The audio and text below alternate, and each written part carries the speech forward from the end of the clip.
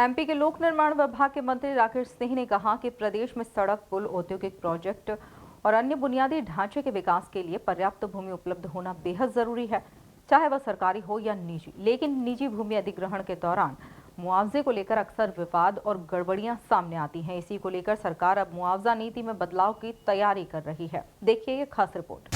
MP में भूमि अधिग्रहण नीति में बदलाव की तैयारी। मंत्री राकेश सिंह का बड़ा अहम बयान। विकास कार्यों के लिए भूमि उपलब्धता जरूरी। निजी जमीन अधिग्रहण के मुआवजे पर फोकस। मध्य प्रदेश में विकास की रफ्तार को और तेज करने की तैयारी में सरकार अब भूमि अधिग्रहण नीति को और अधिक पारदर्शी और किसान हितैषी बनाने की दिशा में बड़ा कदम उठाने जा रही है। लोक निर्माण विभाग के मंत्री राकेश सिंह ने साफ कहा है कि मध्य प्रदेश में विकास कार्यों को गति देने के लिए भूमि की उपलब्धता सबसे बड़ी जरूरत है।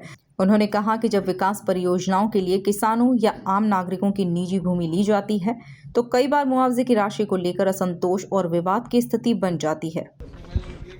मध्य प्रदेश में विकास की योजनाओं को यानी इंफ्रास्ट्रक्चर के कामों को अधिक तीव्रता मिले, इसके लिए आवश्यक होता है भूमि की उपलब्धता। भूमि की उपलब्धता निजी क्षेत्र की भी हो सकती है, शासकीय भी हो सकती है।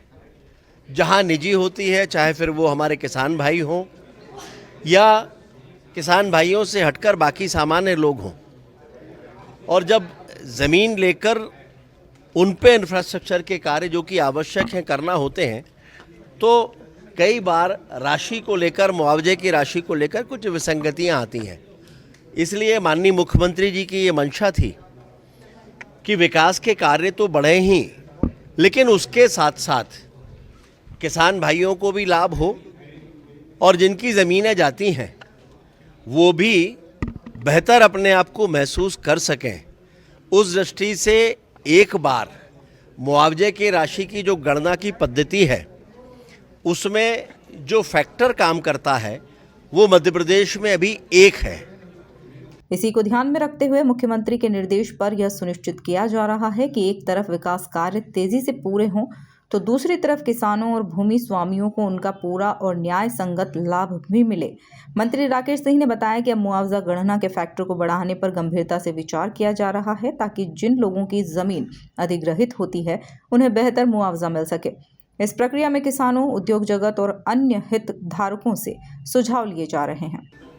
उसको बढ़ाने की दृष्टि से एक बार किसान भाइयों के सुझाव भी आ जाएं, हमारे इंडस्ट्री क्षेत्र के लोगों के सुझाव भी आ जाएं, चैम्बर ऑफ कॉमर्स के भी सुझाव आ जाएं।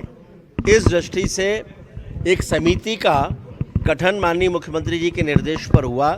उसमें मेरे साथ हमारे दो माननीय साथी, माननीय तुलसीराम जी सिलावट और माननीय चेतन जी कश्यप, ये हम तीन लोग मिलकर उस समिति में एक साथ बैठकर लोगों की बातों को सुन रहे हैं। आज बहुत विस्तार से समिति ने चर्चा की है। उसमें किसान संगठन, उसमें चैम्बर ऑफ कॉमर्स, उसी में CII और उसी में जनप्रतिनिधि यानी माननीय विधायकों के भी सुझाव आए हैं। और अभी 30 तारीख तक की समय सीमा निर्धारण हमने रखी है। एक मेल ID भी दी है, जिस मेल ID पर कोई भी चाहे तो वो अपने सुझाव दे सकता है। वो सुझाव आ जाने के बाद फिर एक बार व्यावहारिक रूप से उसका अध्ययन करने के उपरांत समिति आगे की कार्यवाही के लिए आगे बढ़ेगी।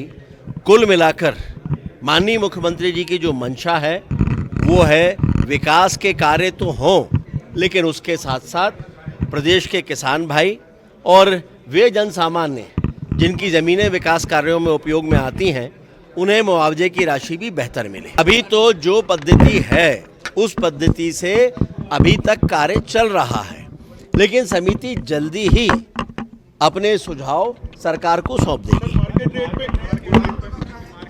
मैंने कहा, हमने समिति ने बहुत खुले मन से चर्चा की है, बगैर किसी प्रस्ताव को रखे हुए कि एक बार सुझाव सभी के आ जाएं।